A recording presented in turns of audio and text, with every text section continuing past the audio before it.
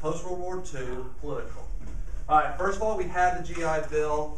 Have you seen so far, for different things that we've gone along, how much impact it has had? Okay, we have over 15 million people that got opportunity. We have it where you have higher education. Now, I have on their question, how does that change the face of college students? Well, how did the GI Bill change what was seen for the normal college student? Because they normally were very rich and wealthy and high status, and now normal people.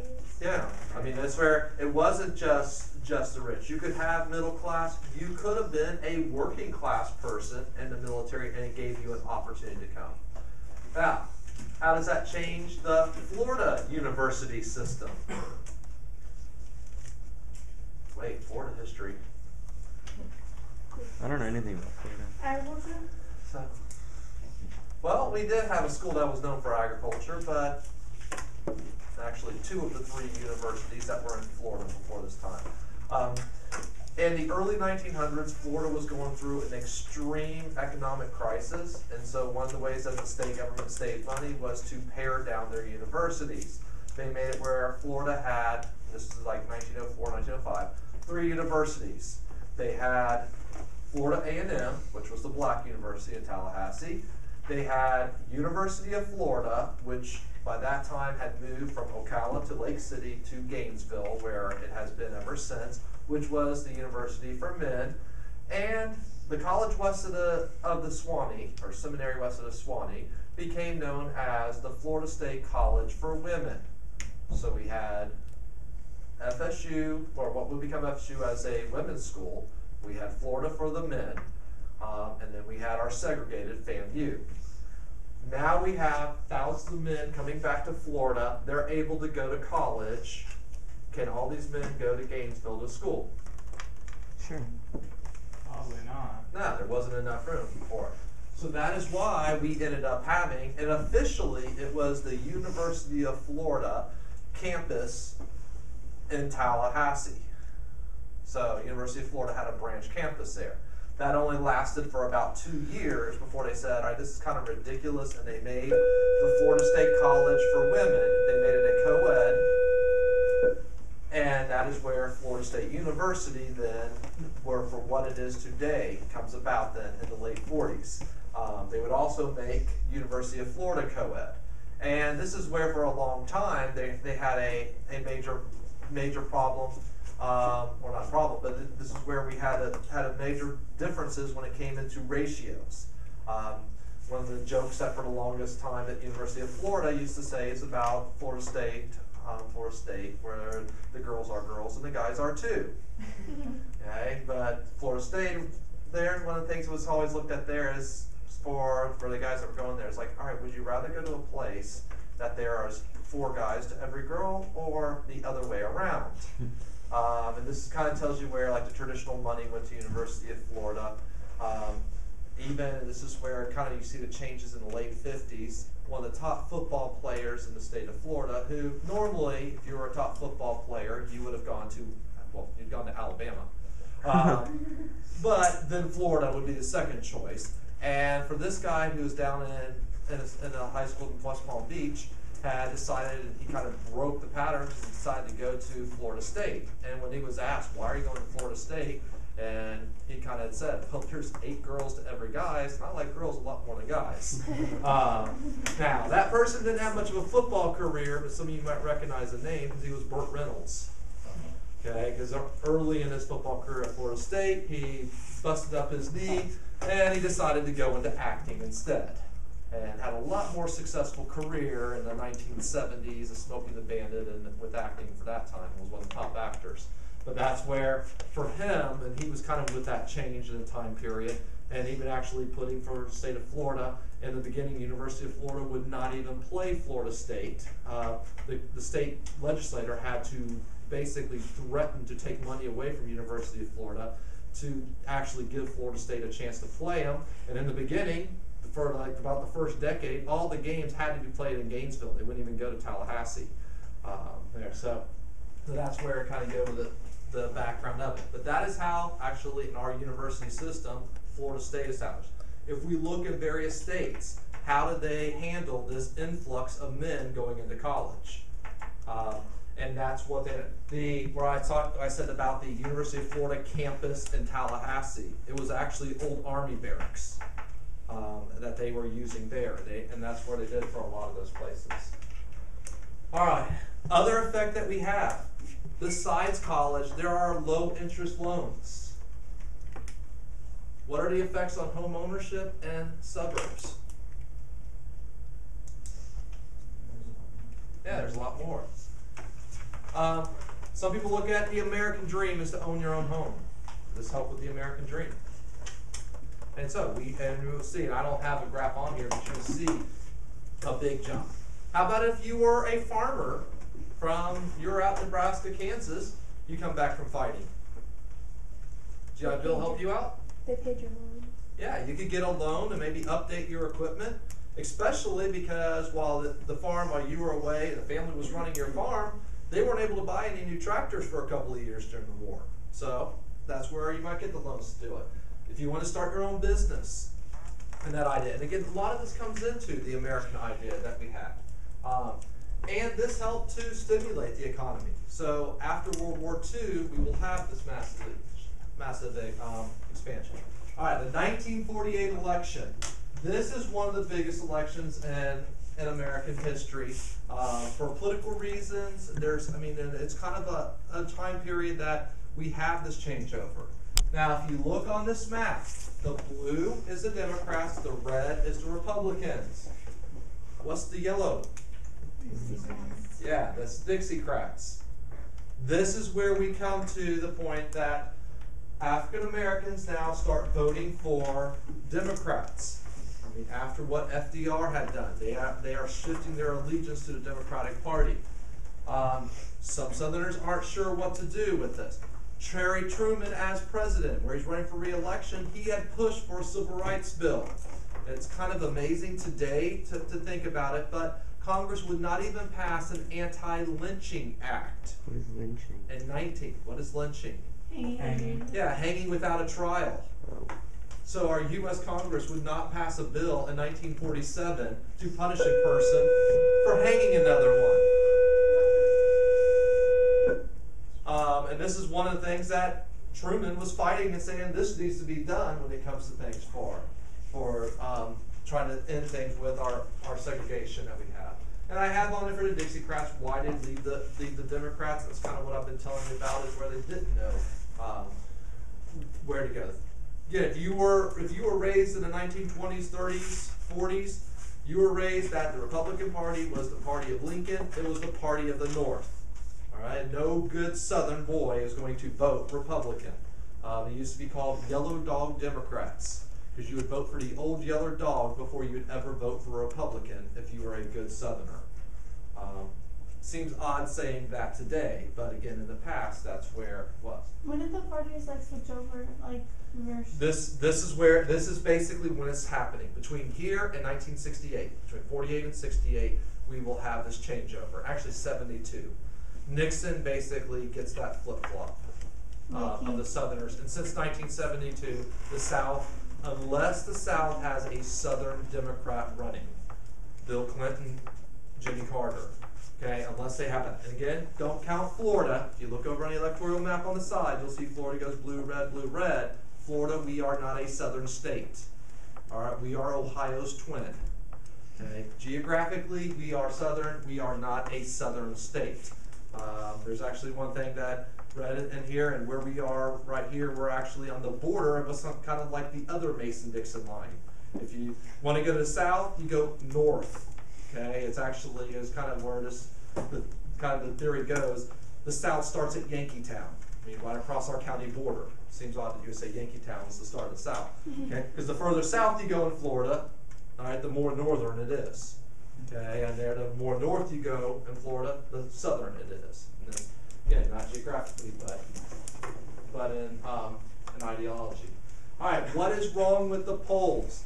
When there was polls that were done in this, they had come out and said that George Dewey was going to win, and he was going to win handily. They were doing telephone polls? Yeah, they were doing telephone polls. Now, it's hard for us to think today. It's like, all right, big deal then with the telephone poll. They do telephone polls today.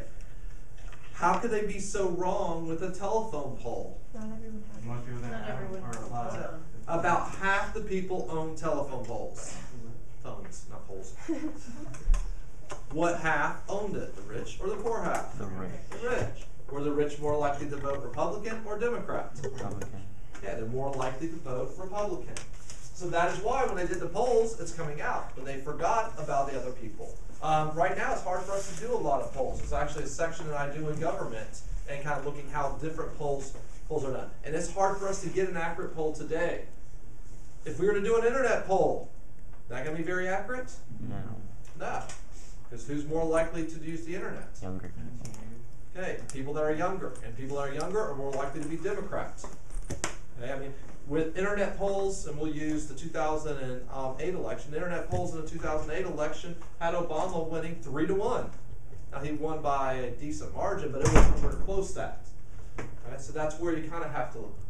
So why did they leave the Democrats again? Well, because Truman was fighting for things for civil rights. And basically, they felt that their system of segregation, all right, was being threatened. But, again, they couldn't really go to Republicans at that time. This is a famous picture because those polls had said that Dewey was going to win, and newspapers at that time, you would want to, like, you know, today we have stations that they want to be the first one that have the story go on TV, or if you're an online, you want the first one. This house, sometimes we get some inaccurate stories coming. Well, this newspaper in Chicago, they wanted to be the very first ones on the streets of Chicago, because they'd sell the most newspapers then, to announce who was the winner. They assumed when the first places came in on the east, which were areas in New England, which are Republican at that time, Democrat today, but they came in for Dewey winning, and it's just like the polls were saying. So they decided, all right, we're going to print it up, and so they print Dewey defeats Truman, but turned out that they were wrong. All right, that Truman actually did win re-election. Remember, he took over early in that term when FDR had died. All right, fair deal. Circle that. Put arrows by it. Remember, we had square deal, we had new deal, now we have the fair deal. And this is the one that seems to be forgotten a lot of times. Any guess of why it's forgotten? Well, it was actually because they didn't like Truman, because not a whole lot of it passed. It was his ideas, but they didn't get going. A few things did, but he first introduced it in '46, and then after he won re-election, he tried it again, but it didn't work. Some of the things that he was trying to do. Now, this is where it's kind of ironic for us today when we look at it. After Social Security, he said we need to have a health care plan. Now, his plan was not what would 20 years later pass. It was one that he said for everybody, a national health care plan. So, what we basically have for Obamacare is what Truman was introducing in 1948. Actually, what Truman was wanting in 1948 even had more government than that. More aid to education, civil rights, public housing, a minimum wage hike. These were things they had. In all reality, he was expanding upon a lot of the things that FDR had in the New Deal. But the Republicans controlled the Congress, and they, on almost everything he had, ended up not passing. The one thing that did was for the minimum wage. All right, that was one aspect that they did have, kind of looking. Once we kind of got inflation under control, Republicans were willing to pass that part of it. But most of that, this is also, after he won re-election, here's when we look at the tie that we had for the Cold War, China becomes communist. We have the Truman Doctrine. All of that takes precedence. All right, so things for everyone politically to know. The 22nd Amendment. You see twos there. You need to remember it because it limits the president to how many terms? 2. So no matter how much people will like Obama or like President Bush, they could not serve another term. And the 22nd Amendment has it. Remember, we had Washington as president, but it had never been broken before until FDR did it. Now, here's where it's kind of, this is a government question, but does this take away some of our rights as an American? Maybe. Yeah. If in 2008 Americans felt that George W. Bush was the greatest president ever and wanted for another term, could they have had him go for another term? No. So this is where most of our amendments expand our voting rights. Here's one that actually takes away a little bit of our freedom. Keeps it from getting too far. And that is where the idea that we have. We kind of go back. John Adams said in the beginning, we are a nation of laws, not men. Kind of say it doesn't matter who our president is. And as much as people are overly dramatic about things, okay, it probably wouldn't matter a whole lot whether we had McCain, Obama as president, Romney, Obama as president, because for most things, it really wasn't going to be that dramatic of a change that you have for it. Because we go by the rule of law and what the Constitution says. Here's one that did make a difference. Told you about Truman could not get the Civil Rights Bill passed, could not get an anti-lynching law passed. Well, he said we're going to do something about this problem with what he can. He can't desegregate most places, but he is commander-in-chief. As commander-in-chief, he puts an executive order saying that the military is desegregated. He ends where we had in World War II. The double V campaign that was done in World War II. Victory in Europe, or victory abroad and victory at home. Some of this now is being accomplished by Truman doing an executive order. An executive order is like it has the power of law. All right, Eisenhower decade. I know yesterday I kind of did this. You get used to it. Now we're going through our initials presidents, even though this one is an initial. But for some of you, if you want to have short, you'll have Ike, which is short for Eisenhower. We'll then have JFK. Who is that? John Kennedy. Most of you. Then who's the next president? LBJ. Lyndon Baines Johnson. So for some of you, when you're going short, Ike, JFK, LBJ. Eisenhower, I mean, he wins. Let me go through here. He wins both elections by a pretty good amount. Adlai Stevenson may have been the most unfortunate guy that really, in other decades, would have been a great candidate, but really had no chance of winning. When it came against Eisenhower, we're talking about a leader for the military, a hero. Now, if you see this map where we're talking about the Deep South, since Truman wasn't the person running, and Stevenson was not seen as extreme with civil rights, the Democrats come back and vote Democrat because they've always been that way. But they're still not knowing what to do. Later on, though, we will have with Kennedy and Johnson where the Democrats then don't say that they're going to stay in the South. And notice there for Florida, are we acting like the rest of the South? Okay, so we are a little bit different. All right, now the checker speech. This is something in government that has happened. In the 1952 election, one of the most popular rising young stars for Republicans was Richard Nixon. And there were some accusations that he made that he had gone and had been given some money and misused money. And this was kind of derailing the campaign a little bit. For the most part, they looked at things. It didn't matter who was going to be vice president because Eisenhower would probably win, but they just wanted to make sure. So there was talk about eliminating Nixon from the ticket and just changing at the last minute someone else to be his vice presidential candidate. And here's where Nixon uses that medium of TV, and in political times, it's one of the greatest things. So they announced they're going to do the press conference. He gets on TV and he gives this speech, and he goes on for about 7, 8, 9 minutes, and he talks about how he didn't have this fund. There's been this accusation, and he goes through, and then he kind of goes and says, there is one thing that we did have. And so for some people, if they're watching on TV, they're thinking, oh, good, he's finally going to admit to something. And he talks about how they got a dog. Someone gave him a dog. And we're not giving the dog back. And talking about, this is where for Americans, where we are squirrel. All right, we're very much distracted. Was there any other really conversation about any misdeeds or anything for Nixon? No. I mean, it's, oh, he's keeping the dog. And he uses, I mean, you gotta love the dog. So he has the Cocker Spaniel Checkers. So this is the Checkers speech. And it shows the power of TV. And we're going to see later on, though, that Nixon doesn't use TV as well when we'll get to the first television debate and how Kennedy actually uses TV to his advantage against Nixon. But this is where Nixon kind of pops in here. You're going to see him come up here in another part. All right, Eisenhower Presidency. Modern Republicanism. Now, remember what the Republican decade was the 1920s. Well, the 1950s is pretty much a Republican decade, except for it's Eisenhower's decade that we have.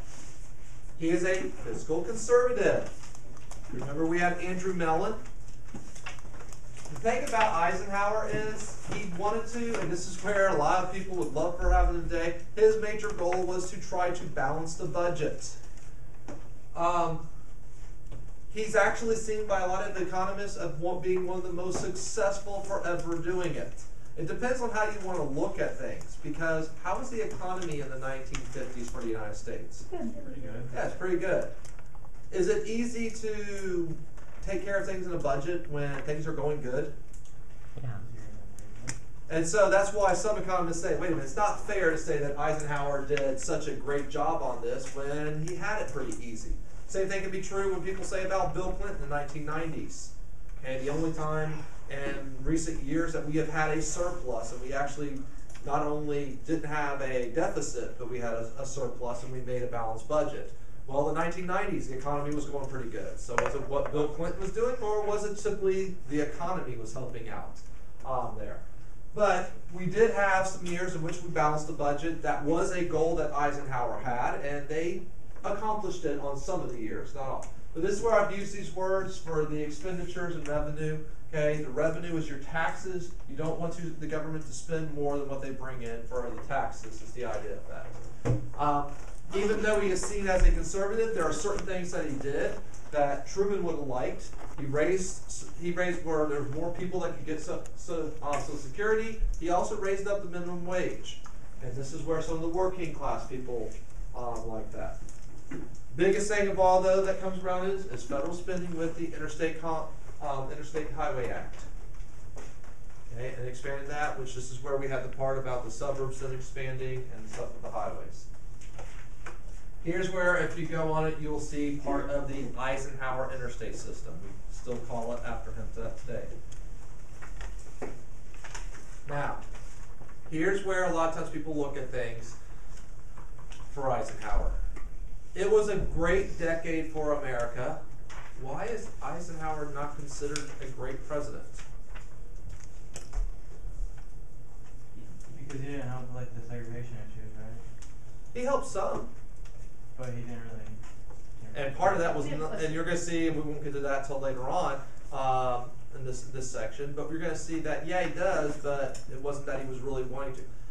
He was wanting kind of that philosophy, well, if it's not broke, then we're just going to leave it alone. Don't fix it. Except for were there some broken pieces in America. Yeah. And he ignored that. And that's why a lot of times people look at things. And he's not seen as a bad president. He's usually not seen as a great president either. He's just an average one. He didn't really do anything either way. Some people will say that maybe it's late in his time in here. This is why I have on here, looking in hindsight, was this a mistake about did not do the thing for domestic issues?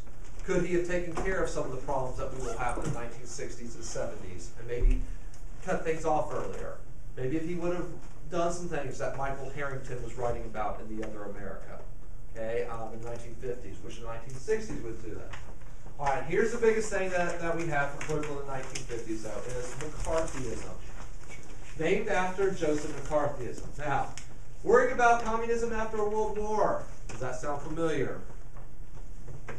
What was it called when we did that the first time? Red Scare. Yeah, the Red Scare. I kind of joke around, and sometimes I'll see people always end up writing in it. Basically, this is Red Scare, the sequel. Now it's really scary. All right, because the commies have nukes. Okay, but this is where we have pretty much a lot of the same thing. The world is changing after World War II. Here's where we also have a similarity of something that happened in World War I, where we'd have the Sedition Act. We had the Smith Act that was passed early in World War II, even before we were in it. And what it said is it made it illegal to advocate anything for overthrow of the government. It was meant to try to stop groups of people that were supporting Nazism. When the war ended, though, it wasn't Nazis that they were going after. They were going to go after communists. And we had a Supreme Court case, and I know that this is not Supreme Court that you need to know off your top of your head, but one of them kind of be familiar.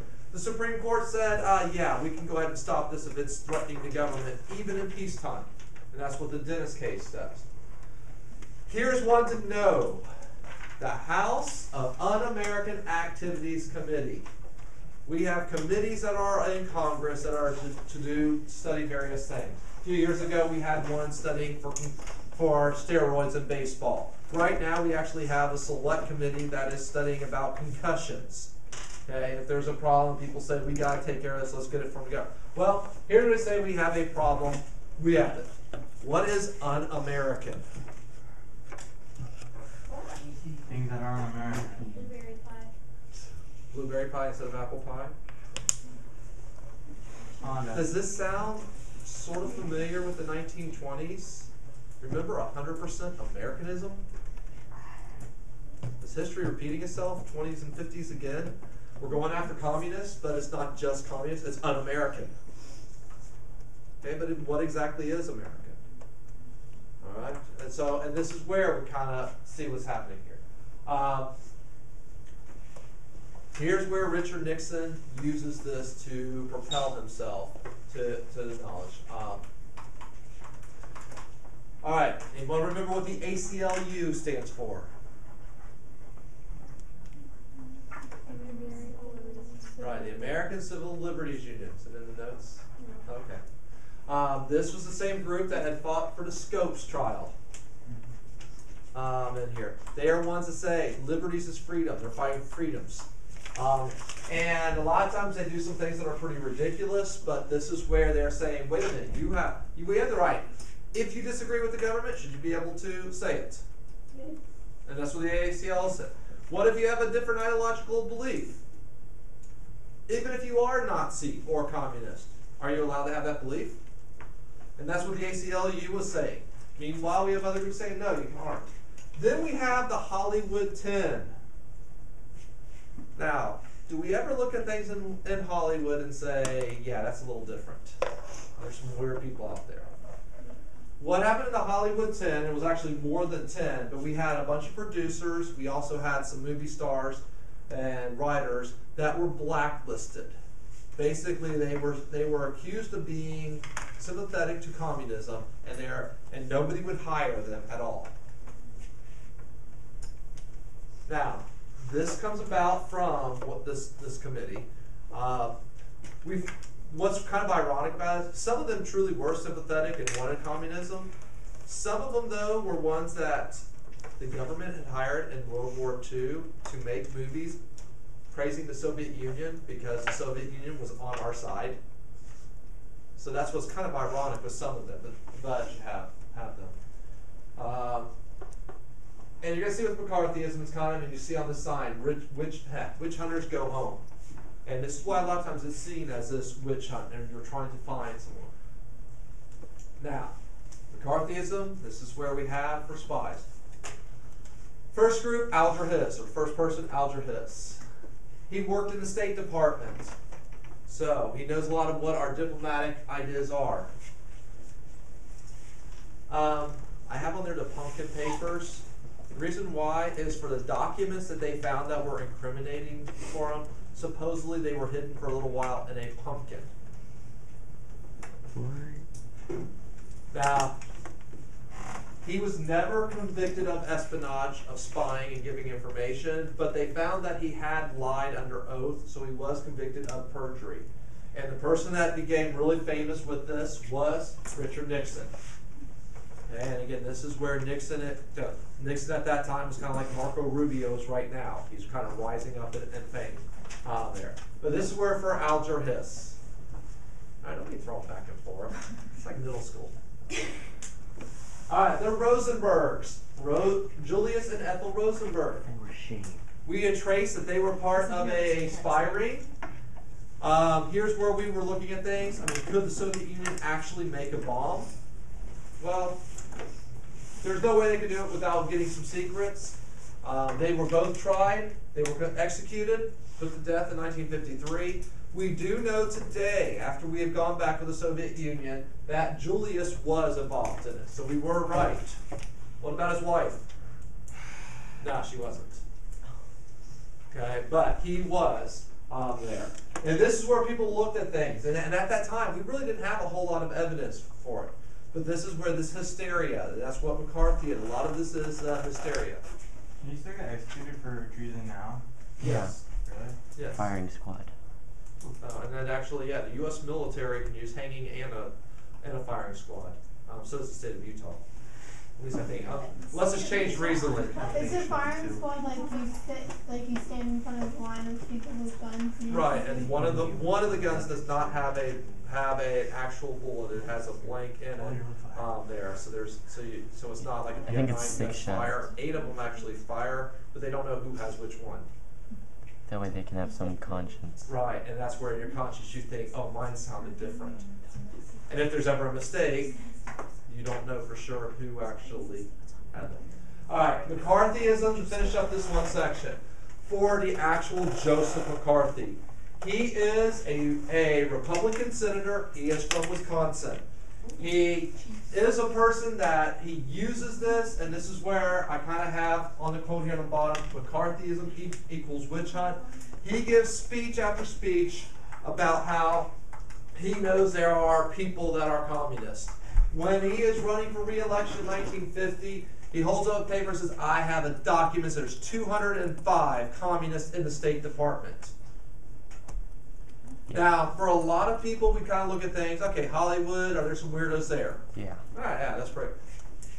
State Department, you got a bunch of usually intellectual people. They know a whole lot of different languages. They've traveled around the world. Could there be some of them that are communists? Yeah. So people are kind of looking and saying, oh, yeah, well, that makes sense. All right, a bunch of rich elitists there. And he just kept on in his popularity. And about the time that people would start questioning what he had another list. And this other people that were accused of this. And he just got more and more popular. I have on here, he was loved by many because he went after the elites. I mean, if we listen to some groups today, the cultural elites, same kind of thing that you happen that they're going after. He also went and helped other Republicans, and Republicans were afraid to not back him. But later on, he went and he started accusing and said, at one time he was saying that there was like a quarter, a third of the army was communist. Yeah. And here's where when people said, yeah, Hollywood, they're weirdos. Okay. State Department, oh yeah, they're a bunch of rich people and elitists. How about your soldiers that fought in World War II, now in Korea? Those sir. Are they a bunch of communists? And this is where, during those hearings, he basically broke down, and they were televised, and people basically, at that time, McCarthy got exposed for what he did. Although for some groups, he's now becoming a hero again. All right, this is actually with some groups today that McCarthy is there. All right, we're going to stop on that point. Some people will say the civil rights movement started in 1954, Brown versus Board of Education. Some people will say that it started when Rosa Parks said she wasn't going to move back in the bus. But you have roots that are deeper than that. During World War II, Philip Randolph leads the March on Washington threat. They never do, but the idea that we're going to strike as long as you're not going to pay us equal just because of our race. And that is where FDR makes an executive order and makes it where no matter what your race is or your gender, you would be paid equal if you worked in the wartime industries. And this kind of was the idea. It doesn't matter what your skin color is. All right, what you're doing is where you are able to get paid. Jackie Robinson, how does a baseball player have anything to do with civil rights? Well, he's the first black that was in Major League Baseball. 1947, baseball big. Yeah. Yeah, it pretty much is the #1 sport. So to have we had, and some people do not realize this, we used to have separate leagues, Negro leagues. Jackie Robinson may not have even been the very best player in the Negro leagues at that time. There were some that maybe were better players than he was. But when the Brooklyn Dodgers, before they moved out to Los Angeles, they were in Brooklyn. But when the Brooklyn Dodgers owner had decided to break this barrier, had to pick someone that not only was a good baseball player, but someone that was going to basically put up with a whole bunch of things that you wouldn't think you'd have to as a baseball player. Baseball has a lot of unwritten rules. And do you think that some of the players followed some of these unwritten rules? Like when you're sliding into second base, you go to take out a player, but what you do is you have it where you take out their feet. If you want to do something cheap, what do you do? Take over their shin. Well, you go higher than their shin even. Go for their knee. Okay, you go for something like that. There are times a pitcher protects the plate, throwing the ball in, but you're not supposed to throw towards somebody's head when you're throwing a 90-mile-per-hour fastball. Okay, you put it in their thigh, you put it in their butt, you put it someplace there to tell them back off the plate. Do you think Jackie Robinson got all of those things that you normally have? Not only that, they went to places that he was not allowed to go to with his teammates. And when he would go to away fields, do you think that the opposition of a team that maybe hated the Dodgers, do you think they stood up and clapped for Jackie Robinson? Or did they yell a lot of things that maybe are something that you have to completely ignore? And so this is where Jackie Robinson had to have a thick skin. Anyone know with baseball how he was as a baseball player? Yeah, he was more than pretty good. Yeah. He was really good, despite all of those things. Now, when it comes down to sports, what is the #1 goal of the coach? To win. Yeah, to win. And this is where, when it comes to certain things, your goal is to win. Do you care whether the person is white or black? No. And this is why it comes down to. And sports is something that kind of showed that. And if you were a Dodgers fan, okay, Jackie Robinson gave you a better chance to win.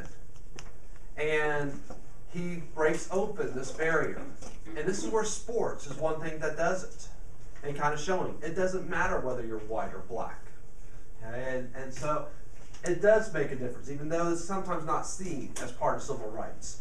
But our culture, sports important in it.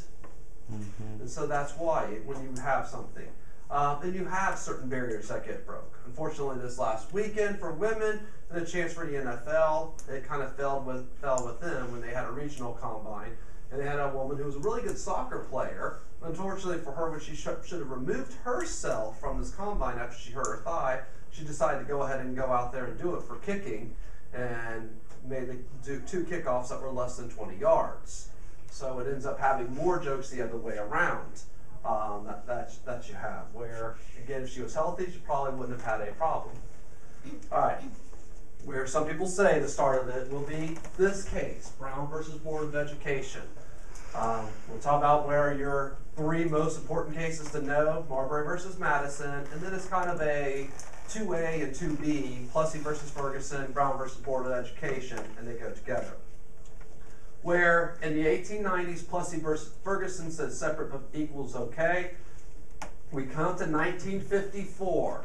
None of those judges that were alive that made that ruling in Plessy are alive now.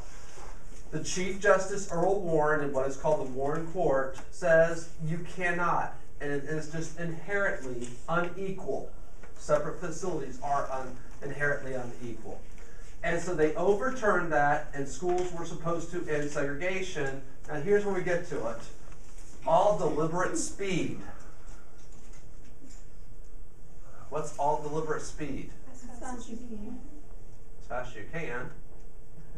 How fast is that? Fast as you want to go.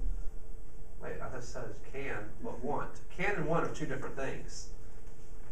All right, when you have a job to do, all right, how fast you want to do it and how fast you can do it may be two different things. And here's where we kind of look at things that, yeah, they say that it's wrong, but how much for the states to do it? There. Now, before I go any further with this, notice the name Thurgood Marshall. He was the lead attorney of this. Now, later on, he himself would become our first African-American Supreme Court Justice. But he would be representing the NAACP.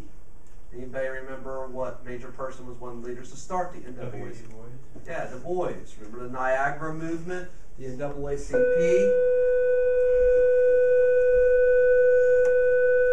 Now, nearly a half a century later, they are ones that are representing this case. Let me come down. This is Earl Warren, again, when things came down, and this is where it's for Topeka, Kansas.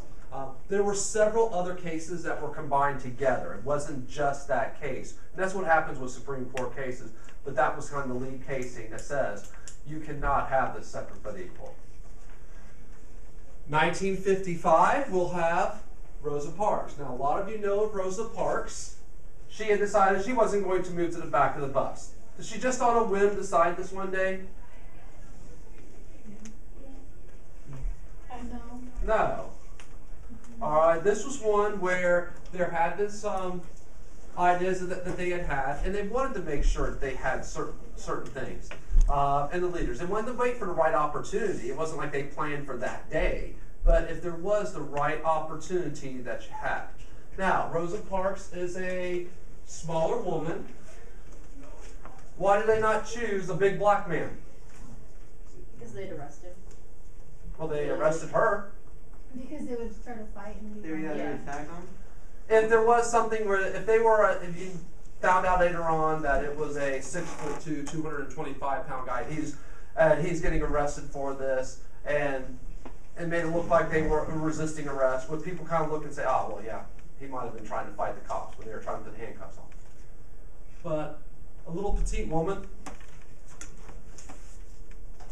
what if the police officers decide to use violence on her? There'd be even more. So there's a reason why she was kind of chosen. It wasn't just for her. Now, when this comes down, and what had happened was they had a segregation law in Montgomery that said that a black person was to give up their seat and move to the back for someone that was white. After this is where we have an organization that organizes a boycott. What is a boycott? They don't use a service. Yeah, you don't use a service. The person that organized this was the Reverend Martin Luther King Jr. And most of you know of him. This is where he really comes upon the scene as he organizes this. Now, this is not I'm just not going to ride the bus. We're talking about, it's hard for you all to imagine because we don't have the public busing system that to go from place to place. But Montgomery is not a huge city, but it's not a little town. So you may decide that I'm not going to ride the bus. You work on the other side of town. You have to be at work at 8 o'clock. All right? Used to be you would take the bus and you would pick up the bus at 7:15. Well, if you decide not to do it, how are you going to get to work? Not gonna go. Not going to go? Well, how long is that boycott going to work? You walk. You walk? Can you walk across, again, here's a city, to get to work? So you had to have people just basically, they organized together. If Dylan had to be at work at 8 o'clock, but Austin worked down the road from him, but Austin had to be there at 7 o'clock, well, Dylan might have to leave, instead of 7:15, he's got to leave at 6:15. And then Austin might have to wait an hour to pick him up afterwards, and people working together. Which is, we're not talking about doing this for one day. Day after day, going to weeks, going to months. A boycott for one day, does it do really any good? No. I mean, this is where it's one of those things we always see whenever gas prices go up. People say, don't buy gas on such and such a day. All right, so you don't fill up your gas tank on Thursday. What do you end up doing then on Friday? filling it up. So, or people do it beforehand. Do they still sell their product? But what happened was the company that ran this, it was not a city bus, was losing money. And they went to the city and said, you must stop this law. You cannot have this segregation law. The city said, no, we're not going to. And eventually, though, this company said, we will go bankrupt if you don't stop it, and you won't have buses for anybody, white or black. And so the city then repeals that law, and the segregation ends on the public busing there. Again, most of you knew the story of Rosa Parks, but it is deeper than that. It is a self-sacrifice that was made by thousands of people in Montgomery. Now, Martin Luther King organizes, and please recognize this name, the Southern Christian Leadership Conference. I will tell you that the College Board likes to use this because, do most of you know of Dr. King? How many of you have ever heard of SCLC? So if you have SCLC or the Southern Christian Leadership Conference, you should automatically be thinking, okay, this is Dr. King's idea. What he led and what this was for nonviolent protest. Okay? Passive resistance, going back to Henry David Thoreau, and the idea of civil disobedience that you would have. What are some other things you could do for passive resistance besides a boycott? Do what? Not help white people. Well, not help in some ways, but what? A strike. Well, you could do a strike. Have protests. Okay, you can have a protest, do it legally. All right, you do a march. You show you've got a lot of people, especially if you can have it where it's not just blacks. You have whites that are in this march, and showing that, hey, this is wrong. And one of the things is called a Sittin. What is a Sittin? Well, you don't do anything, you just sit there. Yeah, you just sit there. If you had, and this is where in North Carolina, they had the Woolworth. It was kind of like the old, it was old 5 and dime type thing. But they had a lunch counter. Now we actually have something like this here in Inverness. If you go to Rexall Drugs, they have a little lunch counter there. And what you do is you would go to the counter, let's see, here, and you would order your food. It'd be cooked right there for you.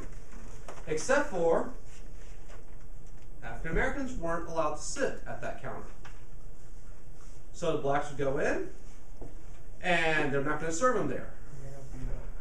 Well, they might get beat up, but most of the time they just got arrested for breaking the law. They got arrested, got thrown in jail. Then what did more people do? Went and sat down there. What happened to them? They got arrested, thrown in jail. And what did other people do? Sat there, got arrested, thrown in jail. Does it seem like we should be filling up our jail with people for sitting somewhere that the law says they're not allowed to sit? Plus, if you're the owner of that lunch counter, so think of a restaurant, you making any money while these people go and keep sitting in your seats and you won't serve them? How long are you going to go without making money? Are you willing to stand up for what you believe in? And that's where people would go to this. And we would have this repeated over and over again. Was sometimes violence used to drag a person out of that seat? And that's where. And then people could see that. TV's now being used. And we're going to be like, wait, you can't sit there because you're black. Right? And so this is where some of the idea that you have. All right, another one that you need to be familiar with, and this is where you're going to see with civil rights different groups. The Student Nonviolent Coordinating Committee, SNCC, started. This is a lot like the idea for the Southern Christian Leadership Conference, but this has to do with younger blacks, many of them that were in universities at that time. We had it here in the state of Florida. Students at Florida A&M joined together with white students at Florida State to do sit-ins, and we had them in Tallahassee. And in Florida you're going to find that during the civil rights movement, we would not have as much like you would have in other southern states there. Part of it was some of our governors were were ones that they kind of sped along the integration. Part of it was we had a lot more white students that were involved with the black students. We will have one of the cases for University of Florida, which would deny admission to a black student time and time again to the law school there. But that's where we're at. All right, remember Brown versus Board of Education? Deliberate speed. Well, how fast is Arkansas going to do it? And we will have, and I know this is a weird name, but remember this name with Orville Falbus. He calls up the National Guard to block some students from going to school. Supreme Court says the black students must be allowed. Governor Falbus says, no, we're not going to let it. So he calls up the National Guard to do this. Now, the National Guard can be called up by a governor or the president. Okay, it is kind of our militia that we have. So he basically is calling up our militia to stop black students from going into Little Rock High School.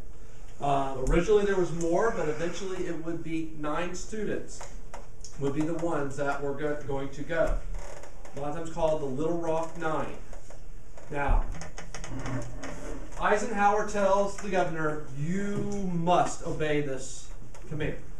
The president is the enforcer of laws.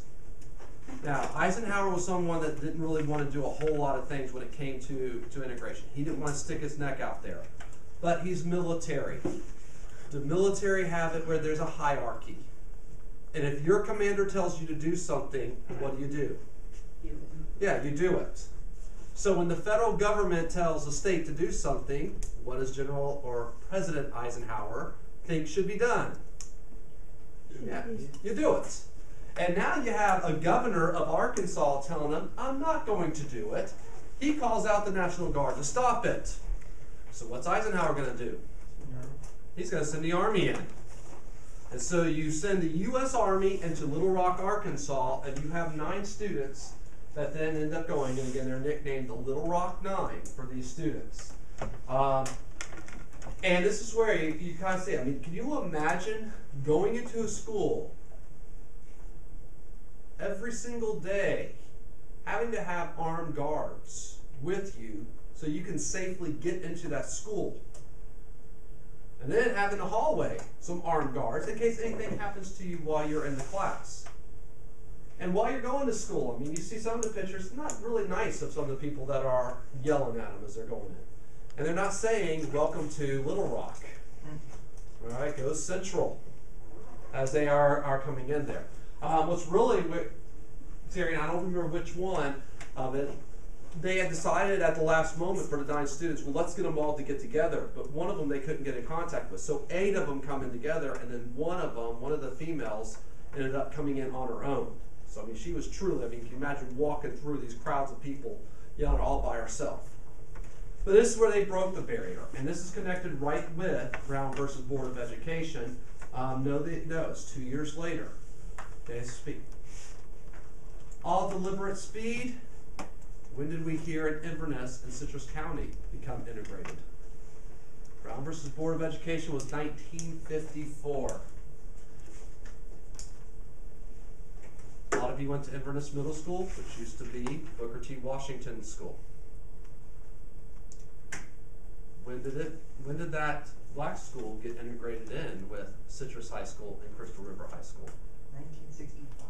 1965 was actually a few years later. It was, I don't remember if it was 69 or 70, but it was basically at the very, very end of the 1960s.